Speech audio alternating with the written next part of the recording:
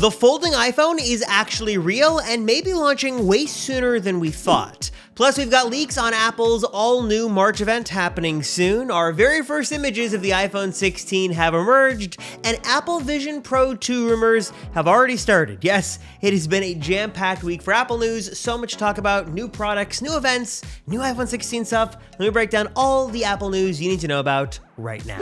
And also give a big thanks to Brilliant for sponsoring this video. So there's been a lot of talk over the last few days about Apple Vision Pro returns, and I'm not exactly sure why. Apple has had, for as long as I can remember, a 2-week return policy for all their products that basically can return stuff no questions asked, and I'm not sure if it's because Vision Pro is new, or if it's because it's weird, or if it's because people are being vocal about it, but returning this headset has now, for some reason, made like national news. A few reports have come out as to why people are actually returning this headset, and it's basically what you'd expect. It's eye fatigue, it's headaches, it's the price being super expensive, and other, different issues. And what's interesting about this is that we're learning that Apple is very carefully sort of studying the feedback they get from stores, sort of relaying it up the food chain so they can hopefully directly fix these issues on Apple Vision Pro 2, which, yes, is already in the works. Mark Gurman over at Bloomberg confirms that Vision Pro 2 is already in the works, and Apple is doing some extensive research right now to hopefully fix the issues customers had with Gen 1.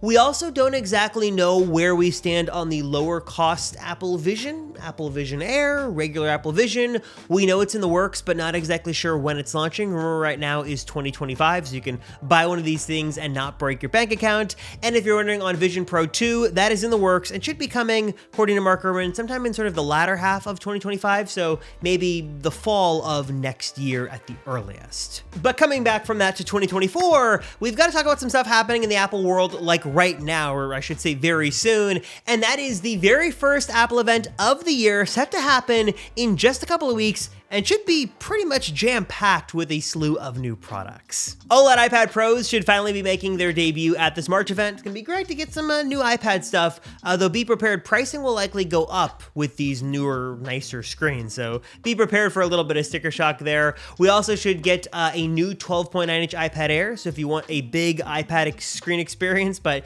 you don't want to break your bank account, this should be a great way to go. M3 Max should be here as well, like an M3 MacBook Air, so nothing super crazy. And then also a new iPhone color. Typically around this time, like mid-cycle for the iPhone, Apple does a new color. We've seen purple, we've seen yellow, we've seen green. Not exactly sure what the special color for this year's phone will be, but a new iPhone 15 color, if you care about that, is probably coming sometime next month. We're also expecting probably some spec bumps to the iPad mini, some other iPads in the lineup. Nothing super crazy here, but a lot of love for the iPads as they were neglected pretty heavily in 2023. And as far as a date goes, we're still a little TBD on that. A March event does seem likely. Something Apple's done in the past is like their spring event, so something we should see in the next couple of weeks. There's always the chance that Apple just goes full-on press release mode and just sort of publishes it on their website and doesn't do an event, but given some of the bigger updates here, it would make sense for Apple to hold some kind of event, especially since we've got nothing in 2024, so I'd be on the lookout for a March event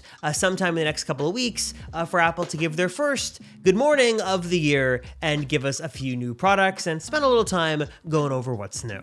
Now, these next few products may or may not make their appearance at the March event. There's a good chance that Apple waits till a little later to release these, but just to put them on your radar are a couple of brand new AirPods models, a lower cost AirPods model, an upgrade to regular AirPods, and also, finally, some new AirPods Max. Multiple reports say that Apple is set to launch a new lower-end, more budget-friendly version of AirPods this year, with Apple analyst Ming-Chi Kuo suggesting that the price of these AirPods, basic, AirPods Lite, whatever Apple calls them, would be about $99. Mark Gurman again popping on this one, actually suggesting we'd see two versions of 4th-gen AirPods. The lower-end 4th-gen AirPods would be sort of these basic budget versions that probably would lack, USB-C in the case, active noise cancellation, the higher end stuff, but again, would be a lower price. And then the sort of mid-tier AirPods, sort of the higher end 4th gen model, would have active noise cancellation and sort of be your basic, well-rounded, feature-packed AirPods that would be a step below AirPods Pro. But more notably here, they would be getting active noise cancellation. The first time we'd see that on non-Pro AirPods, so that's going to be really great to see on these new 4th gen AirPods. A little confused on the name of these, but hey, low-cost AirPods should be great to see. And then there is the forgotten pair of AirPods, the AirPods Max, that debuted all the way back in 2020, and now nearly 4 years later, seems like Apple has sort of forgotten about their high-end $550 AirPods that they sell, but Apple hasn't forgotten, but that doesn't mean the updates here are going to be particularly interesting. Basically, what we're hearing right now is like 2 updates to AirPods Max, potentially some new colors and a USB-C port, and that's about it. There had been rumors for a while about a sport version of AirPods Max, a lower end version. We've heard nothing to confirm whether that is still in the works or not. And we're also learning that because AirPods Max won't be getting a new processor inside, they won't get some of the basic new AirPods features like active, or is it adaptive? Yeah, adaptive noise cancellation in AirPods Pro. One of those newer features wouldn't be here because Apple isn't updating the audio chip inside. So AirPods Max, I mean, they're good, but for $550, they're really expensive and not getting any love these days from Apple. Maybe 2025 is a better year for AirPods Max, but don't expect anything exciting this year. But speaking of things that are actually getting some love these days from me is a little bit of learning about computer science and programming. High school Robert that you see right here just couldn't get these concepts to click in his head. It just wasn't fun or exciting. But older Robert, present day Robert, has discovered Brilliant, which has totally changed the way I learned and made all these concepts and so much more exciting, fun, and just super interactive. Brilliant is the best way to learn math, data science, and computer science in a fun and again interactive way, and you do it at your own pace and on your own time. They have thousands of lessons from basic to advanced topics and new lessons added every single month, and I love that Brilliant really customizes its content to fit your needs and again makes this learning really fun. If you've wanted to dive deep into a topic like engineering or science but it just wasn't clicking for you like it was for me, definitely try Brilliant because their way of sort of teaching you these concepts to me was more engaging and is like solving real world problems. It feels less abstract, feels like you're actually, accomplishing something. And again, it's just interactive and fun. Best of all is that you watching this video can get started totally for free for 30 days, and the first 200 subscribers will get 20% off an annual plan by visiting the link right down below, which is brilliant.org/theAppleCircle. So learn more, check out Brilliant for yourself today, and again, get started totally for free, and again, save 20% off that annual plan if you're the first 200 to click the link by going to brilliant.org/theAppleCircle. Okay, so AirPods Max not getting a lot of love from Apple these days, but what is getting a lot of love, a little bit of exciting love here, is the all-new iPhone 16. Apple is currently hard at work developing the new iPhone 16 series, and we've just got our best look yet at what these phones are gonna look like. So this, folks, is our very first image of the iPhone 16. Looks a little rough around the edges, but this is sort of a production prototype that does seem to confirm one rumor we've heard over and over again, and that is that Apple is moving away from their, diagonal camera layout back to a vertical camera layout that we saw back with, the iPhone XS, the iPhone 11 have it, those older iPhones had it, and now it looks like that's making a return. We also did get the sort of crazy rumor over the weekend that Apple was testing a camera layout that looked like this on at least the 16 Pros. To me, it looked like a fidget spinner. I don't think I was the only one who thought that. But it seems now that there's a little bit of confusion. Now the source is saying, no, it's not really going to look like that, but this is sort of just a safe area for case manufacturers. It's a little confusing on what Apple's going to do, but it does seem like while they are going to a vertical system on the regular 16s, they may do something a bit more special and a little bit more audacious on the iPhone 16 Pro.